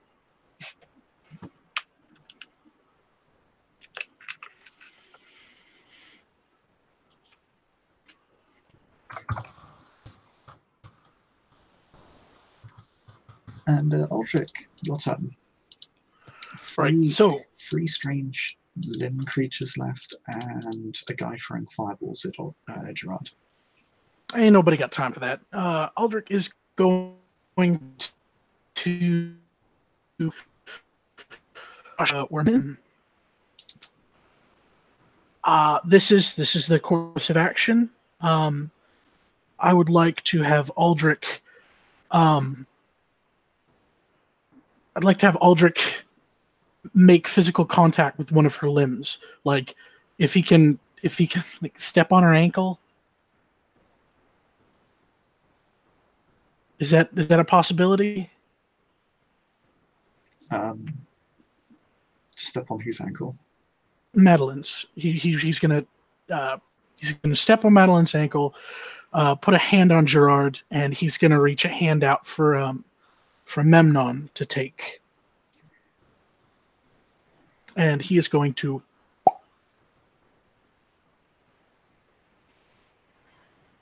escape to a true haven. Okay. Roll me dexterity legerdemain to touch Madeline, because she is currently buried under these blatherskites. That's fair. And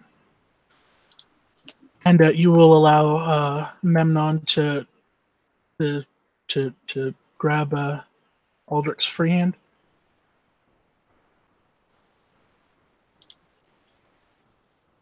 Yep. That is 4, 5, 6.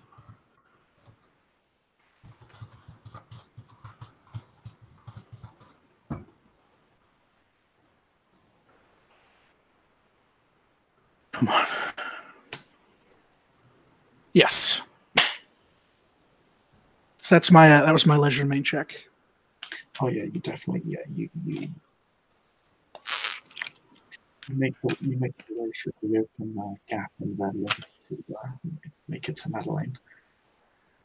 Mm. And Memnon is able to rush forward and take Aldrich by the forearm yet?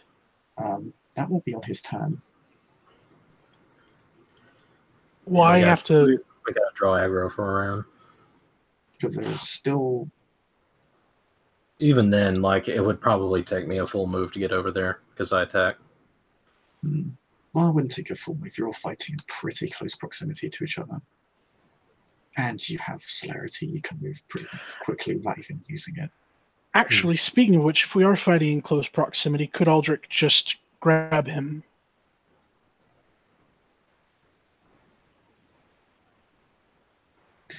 Fighting in close proximity, I'm not sure if you're arm's length. I mean, it just comes down to do you want us to take a turn to get away? Because that's what it boils down to. It's not even a turn. Like, it'll get to Memnon's initiative and he can grab you. So yeah, but Aldrich would not be on his turn, so he would have to wait until next turn to pop us out. That's what I'm saying. Like, it's one or the other. Like, no big deal. True. It's whatever you want.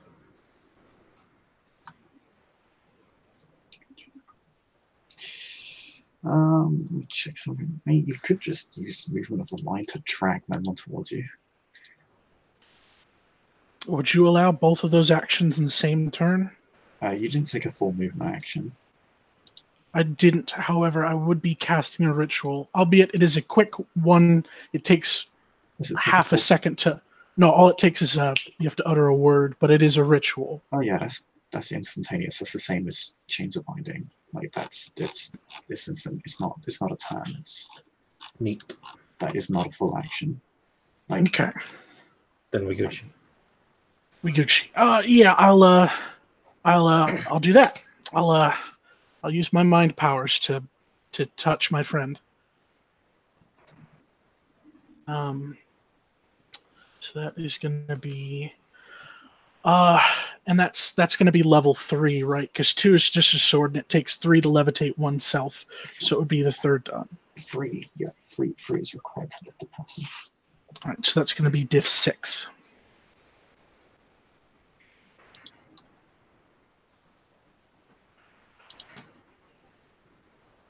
Got it. So Aldrich reaches a hand out to Memnon, hisses something again through his teeth, and This is it's only contested if he doesn't consent to it. Does Memnon consent to being telepathically moved? Yeah, otherwise it becomes a contested role. Yeah. I guess so. I mean, Okay. him. Yeah, No, Aldrich. yeah. Yeah, Aldrich. Yeah, then it succeeds. He his feet, slide raise about an inch off the ground, and he closes the distance between them, and Aldrich grabs him by the forearm, and he just hisses out real quick, "Arnell!" Spends a willpower, and suddenly they're in a different place.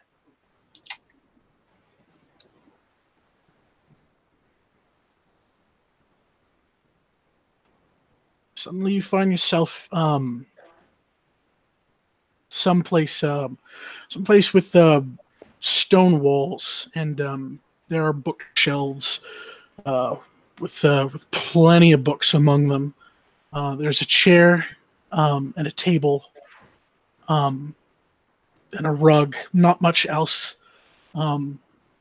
This appears to be some library room, and we're all on this rug.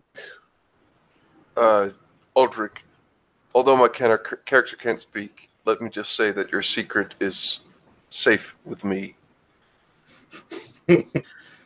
Excellent.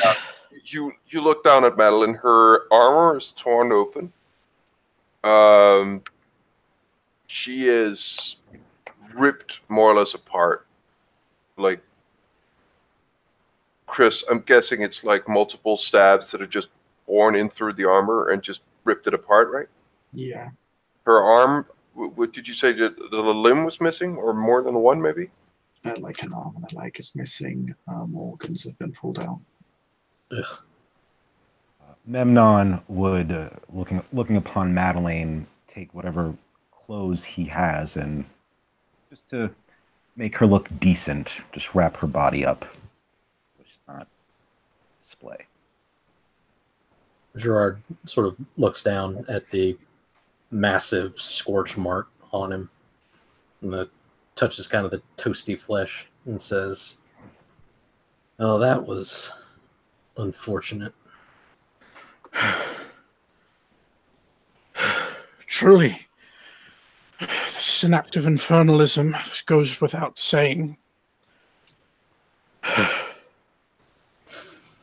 all is not loss, for I have discovered something. He may be able to get the drop on them next time, if he employs those same beasts again. True. Any advantage will be of great use.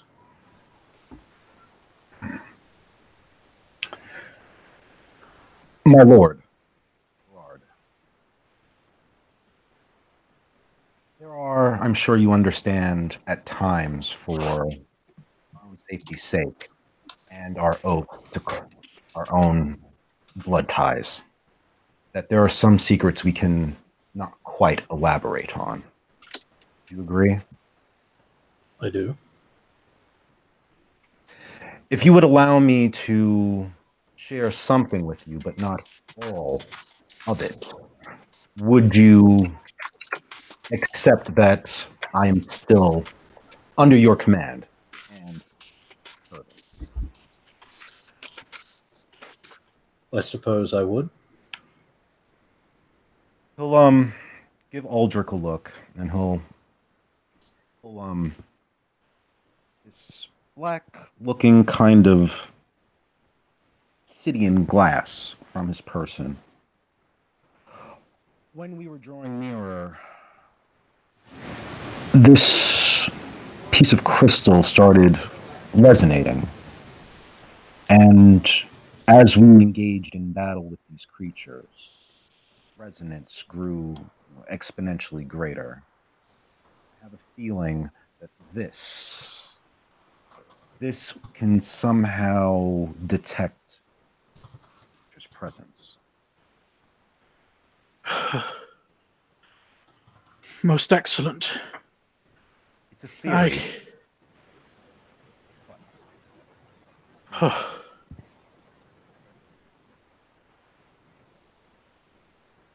We shall need it, and we cannot linger, or we cannot wait too long. I fear our failure has some certain consequences. Those things are still out on the streets, aren't they? I don't know if they'll remain that way, but the brazier is a problem, and we may not be able to find it again. We may not need to. Why? I've studied the symbols around its base and around the bowl itself. I think with confidence that given the right location, I could break whatever rituals, whatever wards are held on it, render it inert. From a distance? From a distance. Perfect. Do that. It will render me invulnerable. And certainly these things, that demon, will know where I am when I enact this ritual. So I'll need people to guard over me as I cast this. You can count on my sword.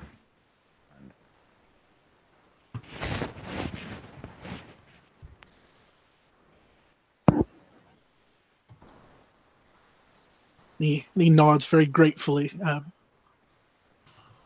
He'd be sweating if he could. He says, I shall need it, my friend.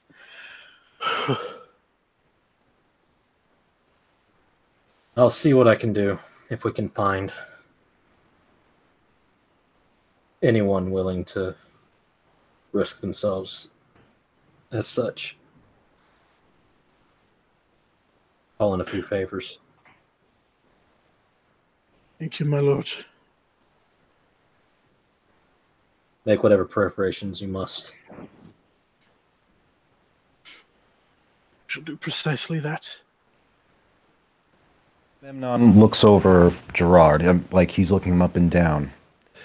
Would the Lord care for a new set of armor? Try my best to make this as fast as possible.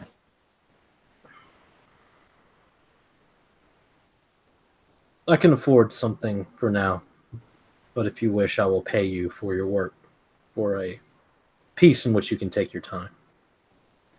Well, that would be business, and we can discuss that later, when we can all return to business. Indeed. It won't be long. Perhaps tomorrow night. Then I will get to my preparations as soon as possible. And I should find the seneschal, as he would, I'm certain, like to know the condition Sister Madeleine is in. Speaking of which,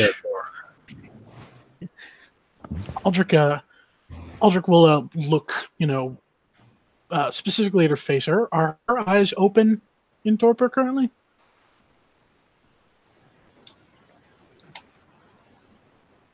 It's. I'm going to roll chance now because it's possible they've just been rolled down. Oh shit!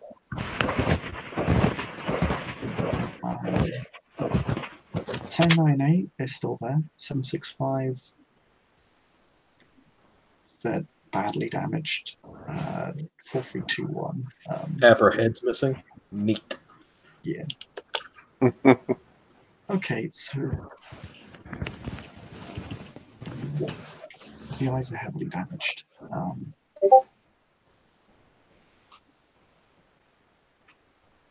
She would be blind in her current state, and applying something like, let's say, dominate or some sort of power through them would be harder, but not impossible. Oh, that's not the goal. Just needed to see if I needed to. Just needed to see if I needed to close them to get her out of here. Make sure she didn't see any of my shit. Oh, she's in top, but she's not aware. I thought you were. It's only if you're staked. Gotcha. That's what I was thinking. Thank you. I'm sorry. Yeah, no, it's fine. Because there isn't a very sizable difference, because you're fully aware when you're staked, you're just paralyzed. But when you're in torpor, you're gone. You're I'll be not coma. aware of anything going on. Oh wait, with the fairies as well. Hmm. Yes. Gerard's going to hoist up Madeline and kind of like keep Memnon's coat, cloak, whatever, over her so as to not arouse too much suspicion. And he's going to glance to Memnon and gesture to leave him to his preparations. You need to tell me where to take her. I think Memnon is only aware of where he's met the Seneschal previously. If it needs to be on the Seneschal's desk, I will. But like, he's basically it's basically a sign of trust to Memnon as to like you take care of your own. I have no nefarious purposes with the body. Right. Well, I mean, he would definitely like take you there. Mm-hmm. Memnon, you're aware of a sort of dead drop that the Seneschal uses for general matters. Of course, this is not really a general matter, but you don't really know where the Seneschal lives or where he generally is on any sort of basis. He always keeps that under wraps, so that's probably your best bet. Is to just take it to the drop-off. Okay, then that's he'll explain that, and that's he'll leave Gerard. Okay. Before he does, Aldrich will as Memnon starts to leave, Aldrich will grab for his wrist, not violently, just enough to like give him pause to have a word. Mm-hmm. And he says, forget this place. Tell no one. Is that a dominate thing, or is that what he's just genuinely asking? Genuinely asking. Memnon will close his eyes and nod. Hell, if Gerard doesn't mind just the cumbersomeness of it, he'll even put a blindfold on. Yeah, that's fine. Gerard will lead him out. Thank you, my friends.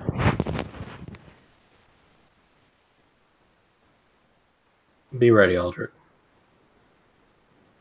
I shall.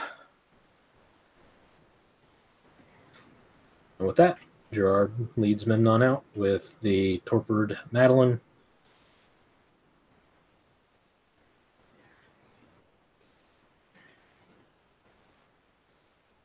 And Memnon leads him to the drop-off, Seneschal. Once they're in a good distance away, I'm sure Gerard will let him know. Yep.